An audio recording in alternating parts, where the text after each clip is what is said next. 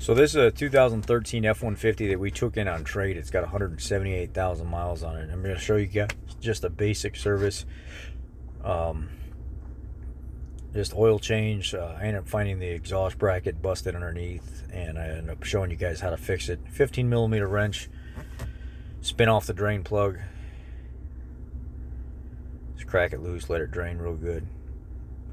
I'm pointing towards the front of the vehicle, like pull towards you. Break the drain plug loose.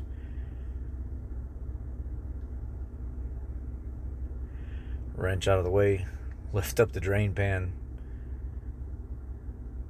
Careful, you'll get it all over yourself. Be ready to pull your hand out of the way. He's still like 1,000 miles left on this 5,000 mile oil change. But he traded it in. He didn't want to because he just had a ton of work done on it. He said he just had chains and phasers done, upper control arms in the front, which I did verify. They're all brand new with Ford stamping.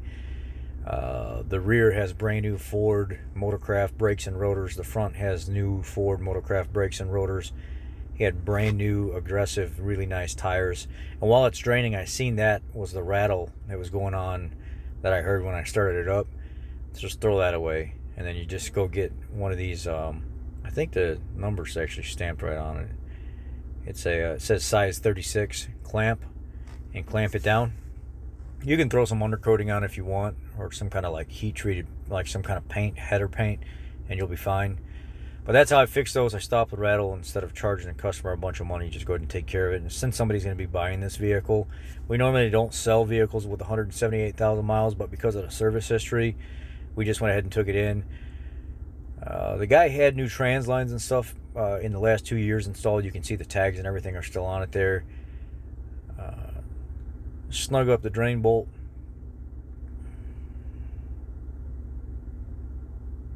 Thing runs like it's brand new. I mean, I just got done with my test drive. I'm actually sitting in the vehicle right now while I'm voicing over and doing the audio on this. Wipe everything off, make sure everything's clean, doesn't have anything on it. And then this filter, man, I don't know, I think it was serviced here actually. One of the loop techs really has this thing cranked down there, and I had to actually get a pair of filter pliers to get it off because it was cranked down there so tight. I hate when they do this. You need like 3/4 to 1 turn, 3/4 to 1 1/4 turns. That's all you need. You don't have to crank these damn things on there to where when somebody goes to pull it off, you're literally crushing the housing in to get it off. It's ridiculous. So, and I'm getting on the lube techs all the time about over tightening these things. I shouldn't have to go through this where I'm crushing this thing to get it out. It was really cranked on there. Finally, I ended up getting it to spin off after doing this a couple times and look like a clown while I'm doing it. But it's just on there. And here we go. It starts to spin free, and then I'm able to get most of it, or I start to do it by hand here in a second. I'm trying to get the right grip. I'm trying to move over to the end where it's a little bit more firm instead of crushing in. Got more rigidity at the end. As soon as it breaks free here, you can see the belt right there too. It's pretty fresh. It's nice. Got a nice pure color to it because he said it was replaced less than a year ago. I think they're going to end up wanting $14,900 or $15,000 for this truck with 178,000 miles, just because it's in really good shape. It runs really well. It's got a ton of power. Front cover does have just a little bit of oil by the AC compressor, but that's normal for these trucks. I don't know how long ago the timing chains were done, but just the life of this motor and just me taking out and driving it, how it just seems like it just runs phenomenal. And it was taken care of very, very well by this guy. He put a new air filter in it. So here I just crack it off and I spin it right to the end. I just let it drain as much as I can, and then let the filter, you can let it fall right there in the front of the cover. Don't pull it out. That's the biggest mistake people make, and they make a mess all over the place. Leave it drain right there in front of that pan, and it'll drain through an opening in one of the protective plates underneath the vehicle. Just let it sit there and just patiently let it drain. It's not a big deal. Drain out as much as you can. Once you notice it starts to slow down, go ahead and tip the filter up and pull it out of there. This F-150, no rattle on startup, no nothing. I like the pre-15 EcoBoost the best because I seem to have the least amount of problems with them. And they had metal pans. They didn't have any of this plastic stuff that we see on today's trucks. So yeah, this truck's actually in really good shape. It does have a little rust here and there and stuff, but it is what it is. It's a nice truck. It's a really good looking truck. And I'll throw a picture in here at the end of what it looks like so you guys can see. But well, maybe I'll throw a couple pictures. But it's just a clean truck. Just trying to wipe out as much as I can inside that pan and push it all towards like the oil pan, the drain where everything comes out instead of letting it come out to the front. It takes some cleaning, you know. That's why whenever you leave an oil change place, you're getting drips on your driveway because they don't clean that catch pan out all the way. A lot of guys will spray a bunch of brake cleaning stuff down in there. It'll work, but spray it at the end. Don't spray it up front. New filter going on, making sure I don't double gasket anything. Contact area nice and clean.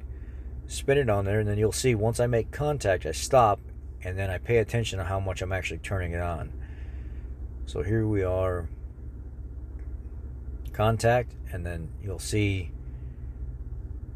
how much I actually spin this filter on there. You can actually feel when it's time to stop.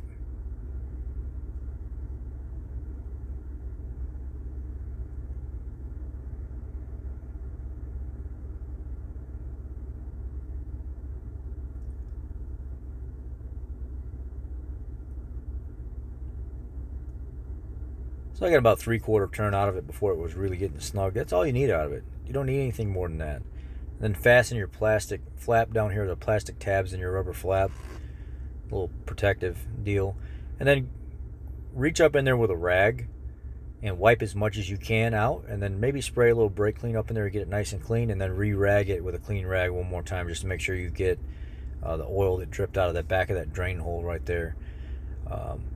And I should, again, reach up in there and wipe it off. This is a Lyle funnel, basically, that's rebadged Mac. And that was an FL500 oil filter. And I'm putting 6 quarts of 5W30 in here. I love this funnel. It works for everything. I mean, it's just a phenomenal funnel.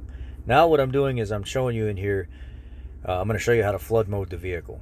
So put a little light over here on the side eventually so you can see what's going on. So there, foot all the way to the floor on the accelerator pedal. Hold it to the floor. Then reach over here with your key. Turn it forward while still holding it to the floor. You'll see your dash light up. I'm still showing you my foot's to the floor right there. And then start cranking it. And then once you start cranking it, you actually crank it over 4 or 5 seconds and then let go of the gas while you're still cranking, and then once it starts to let go, you just pre-primed your system. No rattle, no nothing. Everything's fine. No issue. Flood mode complete. Good oil change, no issues there. And now I'm just going to go through the cluster and show you how to reset it. So I clear that out. I go back over to the left, scroll down to settings, and then go to vehicle, and then scroll down to oil life reset, and then hold the button down and reset the oil life. Good to go. That's the gist of it. That's the service on a 178,000 mile vehicle that's still in really great shape. And now I'll do a quick walk around so you guys can see what the truck looks like. Pretty good.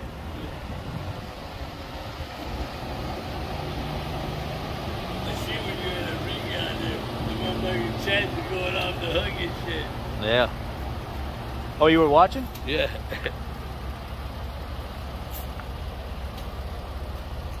178,000 miles. This thing runs absolutely phenomenal. Plenty of power. You got to be careful while you're in the throttle because it starts to spin the damn tires over pretty easy. You can tell that they've had some kind of timing change or something freshened up in this thing because it runs like it doesn't have any issues at all. It does have some like little corrosion stuff build up on the rear bumper and the front bumper, but I mean, it's not a perfect truck. It's got a little ding right there in the bedside. The guy just put running boards on it not too long ago. The rim's got some little paint defect right there. All the lights flash in the mirrors like they're supposed to.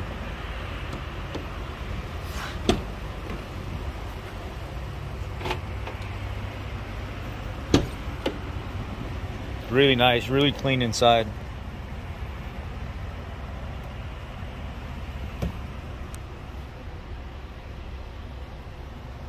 AC heat works. No issues switching between, you know, the dual control for the climate control. None of that. All the windows work. No rust or anything on the kick panel and stuff here. On the bottom of the doors, no rust. I mean, it's a $15,000 truck. It's a huge truck. It's a 13, and it runs great. Ton of power. So if anybody's interested, Dundee Ford 15 is what you're looking at. You can see here, he's had the newer upper control arms, the Motorcraft rotors and brakes, they're all brand new. In the back here, same thing. The guy that traded it in said he just had the alignment and everything done. It runs straight. Tires only have 1,000 miles on them. They're Wrangler, Goodyear Wranglers. Anyhow, there's one thing I gotta do. I gotta do next. I gotta fix the lock assembly in this tailgate. I don't like how it is. So they've already given me the approval to just go ahead and take care of it because the truck is in such good shape already. They said just fix it. They're not worried about it. So I'm gonna take the tailgate apart in the morning and then fix anything that's wrong with that rear handle. So I mean, this truck runs great. Let me know, guys. Y'all be blessed. I hope you liked the video. Something a little bit different with the vehicles I bring in, that I basically do the used car inspection and service. So not only are you possibly buying something from a salesman, you actually have history to go along with it, door touchpad and stuff. So it's not just, you're not going into it blind, you actually know what you're getting. And if anybody's interested and want the service history on this, I will print that out for you and give you the service history. Y'all be blessed. Thank you.